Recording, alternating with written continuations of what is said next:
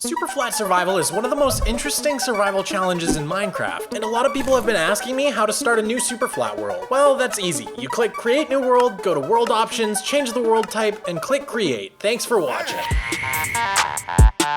But wait, there's a bit more to it than that. Like, how do you make sure that strongholds generate so you can get to the end? Or how do you get resources? And what should you do first? Let's dive into it. So the first thing to sort out is how to get all the structures. For years, this was easy. Just hit the Generate Structures button, and you would get the only structure in Super Flat, villages. But in recent updates, more and more structures have been added to Super Flat, but it's not really straightforward. Depending on which version you start the world in and which version you end up in, you might have different sets of structures. All of this started back in 1.16.1. Strongholds began appearing on new Super Flat worlds, but it was quickly patched out by 1.16.2. Also, Eyes of Ender and the locate command didn't work at all. But then in 1.18.2, strongholds returned, only this time they would appear in both new and existing worlds. /locate and Eyes of Ender now worked, and the cherry on top was that as long as your world was created before 1.18, you'd get other structures too, like pillager outposts, mine shafts, and ruined portals. The reason for this is that the world height was lowered in 1.18, and so Super Flat worlds now generate at y-64 instead of y0. This new height is too low for those other structures to appear. So you'd think if you started in the newest update but then added 64 layers of air below the bedrock to the preset,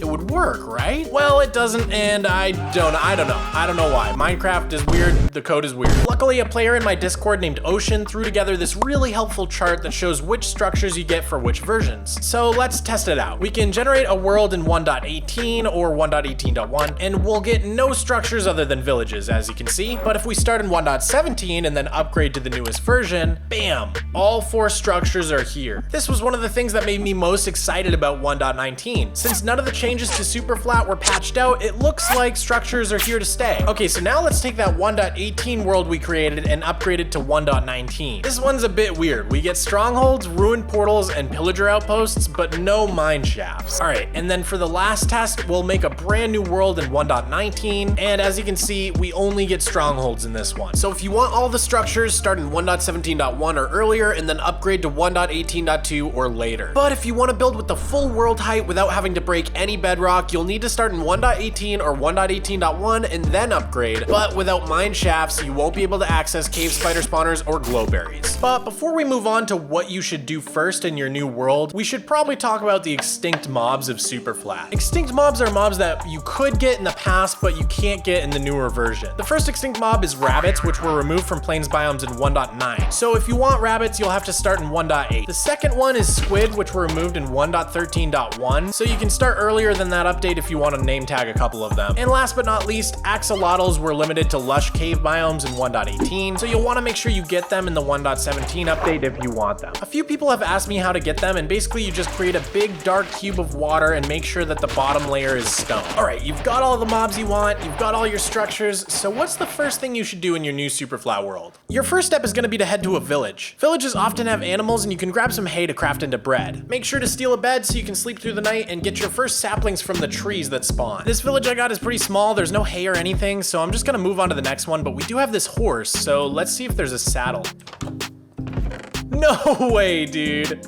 Nice to horse your acquaintance. This will be great because horses are a great quick way to get around in early game Super Flat. I just got to a second village and this one has some hay so I can craft bread finally. And while we're here, we can kill the iron golem for iron as well. Great, now we have enough for a bucket, which we're gonna need in a bit. After that, what I usually do is make my way to one of the strongholds in the world. One really weird thing about Super Flat is that the strongholds always spawn in the exact same place no matter what seed you use. So you can just run straight to the closest coordinates on that chart. Once you're at the stronghold, you can grab some water and use the lava in the portal room to create another portal. If you see a ruined portal on your way to the stronghold, you might get lucky and find a flint and steel inside the chest, but if not, you'll have to place down some wood next to the portal and light it on fire using lava. Eventually, the fire will spread and light the portal up. It's generally a good idea to loot villages and kill iron golems until you have a full set of iron armor before you try to take on the nether. But once you feel fully prepared, head on into the nether and try to get all the blaze rods and ender pearls you'll need to go to the end. If you're comfortable taking on the end fight right away, I would say go for it. As soon as you have elytra and shulker shulker boxes, the game becomes so much easier. But it's also okay to set up base at one of the nearby villages and really start farming and trading before you take on the fight. When you're setting up a base, you're going to want to prevent slime spawns as much as possible so they don't get too annoying. I have a whole video with tips on how to do that, but some of them are build your base above Y level 40, use path blocks or moss carpets on your slime chunks, or quickly cover your world with water. In order to find slime chunks, you can either enter your seed into Chunkbase's slime chunk finder or use F3 and G to turn on chunk borders and carefully observe where slimes are spawning. Also, if you go with the water method, the best way to do it is to create an infinite water source like so,